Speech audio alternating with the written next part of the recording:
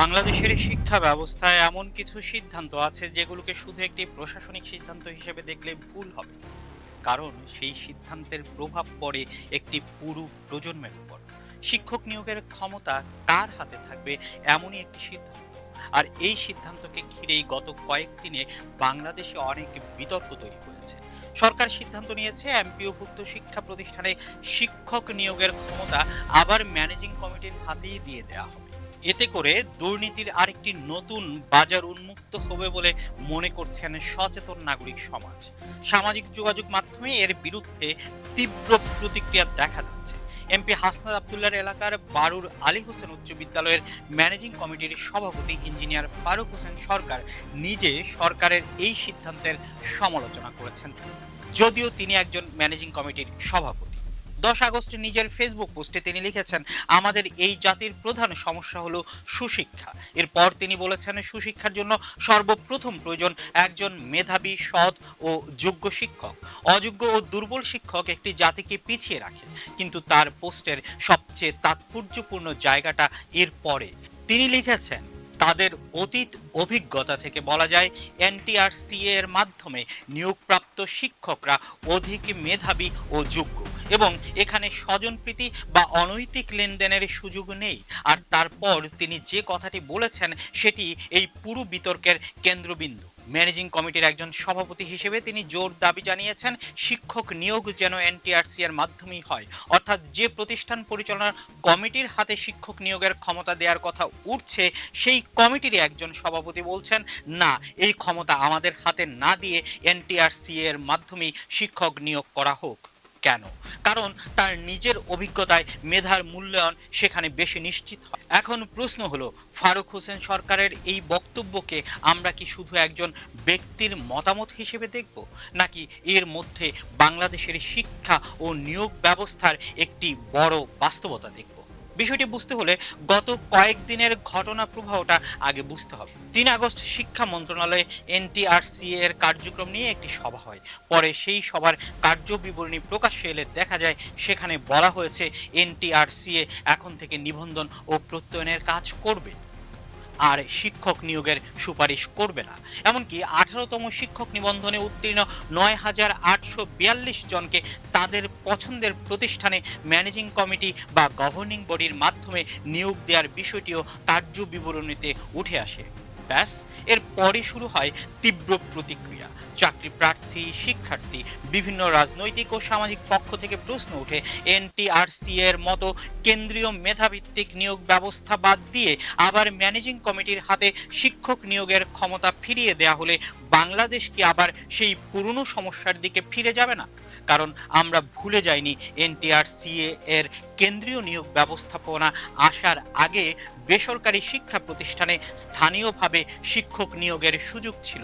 আর সেই সময় শিক্ষক নিয়োগকে ঘিরে রাজনৈতিক প্রভাব, স্থানীয় প্রভাবশালী ব্যক্তিদের হস্তক্ষেপ, স্বজনপ্রীতি এবং আর্থিক লেনদেনের অভিযোগ নতুন কিছু ছিল না। এনটিআরসি এর কেন্দ্রীয় সুপারিশ ব্যবস্থার অন্যতম উদ্দেশ্যই ছিল এই ধরনের প্রভাব কমিয়ে মেধা ও যোগ্যতার ভিত্তিতে শিক্ষক নিয়োগের সুযোগ তৈরি করা। বর্তমান ব্যবস্থায় প্রতিষ্ঠান শূন্য পদের তথ্য দেয়, এনটিআরসিএ প্রক্রিয়ার মাধ্যমে যোগ্য প্রার্থী নির্বাচন ও নিয়োগের জন্য সুপারিশ করে।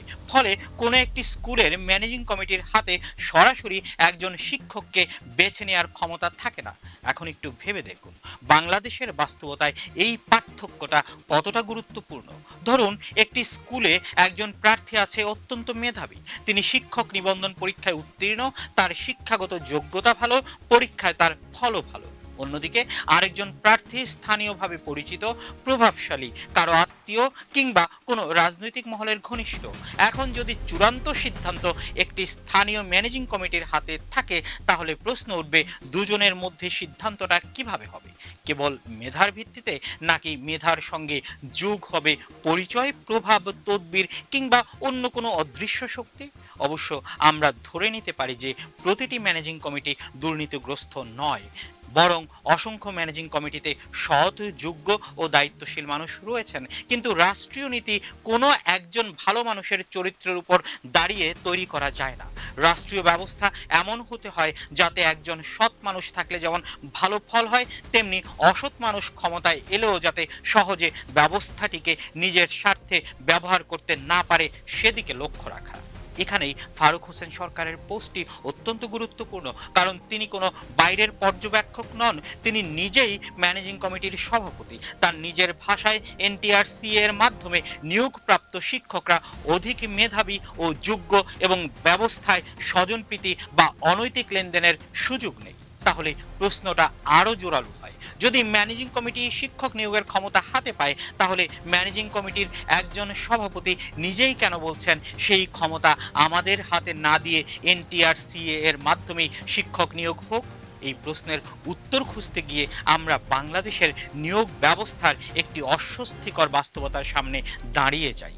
আমাদের দেশে যেখানে একটি চাকরির জন্য বছরের পর বছর লাখ লাখ তরুণ প্রস্তুতি নেন, সেখানে নিয়োগ প্রক্রিয়ায় সামান্য অনিয়মও শুধু একজন প্রার্থীর ক্ষতি করে না, তার সঙ্গে ক্ষতিগ্রস্ত হয় মেধার উপর মানুষের বিশ্বাস।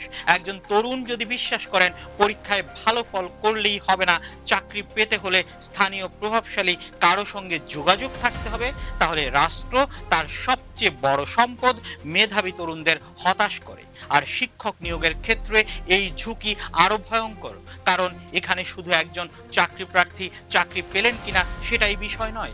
একজন শিক্ষক আগামী 10, 15, 20 বছর ধরে একটি প্রতিষ্ঠানের শিক্ষার্থীদের পড়াবেন, তিনি তাদের জ্ঞান দিবেন, চিন্তার পদ্ধতি তৈরি করবেন, মূল্যবোধে প্রভাব ফেলবেন। একজন অযোগ্য শিক্ষককে নিয়োগ দেয়া তাই শুধু একটি ভুল নিয়োগ নয়, এটি একটি দীর্ঘমেয়াদী সামাজিক ক্ষতি। আর একজন যোগ্য শিক্ষককে শুধু প্রভাবের কারণে বাদ দেওয়ার মানে শুধু একজন মেধাবী তরুণকে বঞ্চিত করা নয়, তার জায়গায় হয়তো কম যোগ্যতা সম্পন্ন একজন মানুষ শত শত শিক্ষার্থীদের সামনে দাঁড়িয়ে যাবে পড়ানোর জন্য। এ কারণে এনটিআরসিএ এর পক্ষে যুক্তিটা এত শক্তিশালী নয়। এনটিআরসি নিখুঁত এমন কথা কেউ বলছে না, বরং এনটিআরসি এরও সমস্যা আছে। নিয়োগ প্রক্রিয়ায় দীর্ঘসূত্রতা আছে, শিক্ষককে অনেক সময় নিজের পছন্দের এলাকার বাইরে যেতে হয়, শূন্য পদ ও প্রার্থীর পছন্দের মধ্যে সমন্বয়ের একটি সমস্যা আছে। এমনকি চলতি বছর সংসদে শিক্ষামন্ত্রী জানিয়েছিলেন এমপিওভুক্ত স্কুল কলেজে 60,000-এর বেশি শিক্ষক পদ শূন্য রয়েছে। সুতরাং এনটিআরসি এর সংস্কার প্রয়োজন, এ কথা বলার যথেষ্ট কারণ আছে, কিন্তু একটি ব্যবস্থায় সমস্যা আছে বলেই সেই ব্যবস্থার মূল নিরাপত্তা ব্যবস্থা তুলে দিতে হবে, এমন যুক্তি কতটা গ্রহণযোগ্য? যদি এনটিআরসি ধীর হয় তাকে দ্রুত করুন, যদি শিক্ষককে দূরে পাঠায় আঞ্চলিক নিয়োগের ব্যবস্থা করুন, যদি প্রার্থীর পছন্দকে যথেষ্ট গুরুত্ব দেওয়া না হয় পছন্দক্রমে আরও কার্যকর ব্যবস্থা করুন। কিন্তু মেধাভিত্তিক কেন্দ্রীয় বাছাইয়ের জায়গাটা কেন এমন একটি কাঠামোর হাতে দেওয়া হবে যেখানে স্থানীয় প্রভাব বিস্তারের সম্ভাবনা তুলনামূলকভাবে অনেক বেশি? এই কারণেই গত কয়েকদিন প্রতিবাদ শুরু হয়েছে। ঢাকা বিশ্ববিদ্যালয়ের ডাকসু নেতৃত্ব থেকেও এনটিআরসি ভিত্তিক নিয়োগ বহালের দাবি উঠেছে এবং আন্দোলনের কর্মসূচি ঘোষণা করা হয়েছে। ইসলামী বিশ্ববিদ্যালয়ের শিক্ষার্থীরাও প্রস্তাবিত সিদ্ধান্তের প্রতিবাদে বিক্ষোভ করেছে। আবার বিভিন্ন রাজনৈতিক পক্ষ বলছে ম্যানেজিং কমিটির হাতে নিয়োগের ক্ষমতা গেলে ঘুষ, স্বজনপ্রীতি ও রাজনৈতিক প্রভাবের পুরনো চক্র আবার ফিরে আসতে পারে। তবে এখানে সরকারের অবস্থানটাও পরিষ্কার করে বলা জরুরি, কারণ সামাজিক যোগাযোগ মাধ্যমে যে কথাটি সবচেয়ে বেশি ছড়িয়েছে, সরকার ম্যানেজিং কমিটির হাতে শিক্ষক নিয়োগ দিয়েছে, সেটি এখন আর সঠিকভাবে বলা যাবে না। 10 আগস্ট রাতে শিক্ষা মন্ত্রণালয়ের পক্ষ থেকে জানানো হয় ম্যানেজিং কমিটি বা গভর্নিং বডির মাধ্যমে শিক্ষক নিয়োগ দেওয়ার কোনো সিদ্ধান্ত সরকার নেয়নি। এরপর 11 আগস্ট শিক্ষা মন্ত্রণালয়ের মাধ্যমিক ও উচ্চশিক্ষা বিভাগের সচিবও জানান, মন্ত্রী স্পষ্ট করেছেন গভর্নিং বডি নয় এনটিআরসিএ শিক্ষক নিয়োগ দিবে। তাহলে প্রশ্ন হলো 3 আগস্টের সেই কার্য বিবরণীতে এমন সিদ্ধান্ত বা প্রস্তাব এলো কিভাবে? যদি শেষ পর্যন্ত এনটিআরসিএ নিয়োগ দেয় তাহলে ম্যানেজিং কমিটির হাতে ক্ষমতা দেওয়ার বিষয়টি আলোচনায় এলো কেন? এই প্রশ্নের উত্তর সরকারকে জনগণের সামনে পরিষ্কারভাবে দেওয়া উচিত। কারণ একটি নীতিগত সিদ্ধান্তের খসড়া বা সভার কার্যবিবরণী যদি প্রকাশ্যে আসে এবং তারপরেই হাজার হাজার চাকরি প্রার্থী উদ্বিগ্ন হয়ে পড়েন, তাহলে শুধু সিদ্ধান্ত হয়নি বললেই আলোচনা শেষ হয়ে যায় না, বরং ব্যাখ্যা করতে হয় কি নিয়ে আলোচনা হয়েছিল, কেন হয়েছিল এবং ভবিষ্যতে সরকার কোন পথে হাঁটবেন। কারণ এখন মূল আলোচনাটা শুধু 18তম নিবন্ধনের ৯,৮৪২ জনকে নিয়ে নয়। মূল প্রশ্ন হচ্ছে বাংলাদেশের বেসরকারি শিক্ষক নিয়োগের ভবিষ্যৎ কাঠামো কি হবে? আমরা কি আবার প্রতিষ্ঠান ভিত্তিক নিয়োগে ফিরব, নাকি এনটিআরসিএ কে আরও শক্তিশালী করে কেন্দ্রীয় মেধাভিত্তিক নিয়োগ ব্যবস্থাকেই উন্নত করব? আর এখানেই আমি মনে করি ম্যানেজিং কমিটির একজন সভাপতির বক্তব্যকে সরকারকে গুরুত্ব দিয়ে শোনা উচিত। কারণ ইঞ্জিনিয়ার ফারুক হোসেন সরকার তার পোস্টে কোনো রাজনৈতিক স্লোগান দেননি। তিনি একটি খুব সাধারণ কিন্তু অত্যন্ত গুরুত্বপূর্ণ কথা বলেছেন।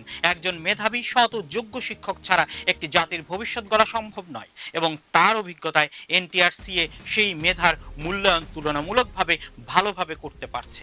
সবচেয়ে বড় কথা, তিনি নিজেই বলছেন ম্যানেজিং কমিটির একজন সভাপতি হিসেবে তিনি এনটিআরসি এর মাধ্যমে শিক্ষক নিয়োগ দাবি জানাচ্ছেন। এই একটি বাক্যের রাজনৈতিক ও নীতিগত গুরুত্ব অনেক। আপনার কি মনে হয়, কোনটা হলে বাংলাদেশের শিক্ষা ভবিষ্যৎ অনেক বেশি উজ্জ্বল হবে? এনটিআরসির হাতে ক্ষমতা থাকা নাকি ম্যানেজিং কমিটির হাতে? নিশ্চয়ই জানাবেন।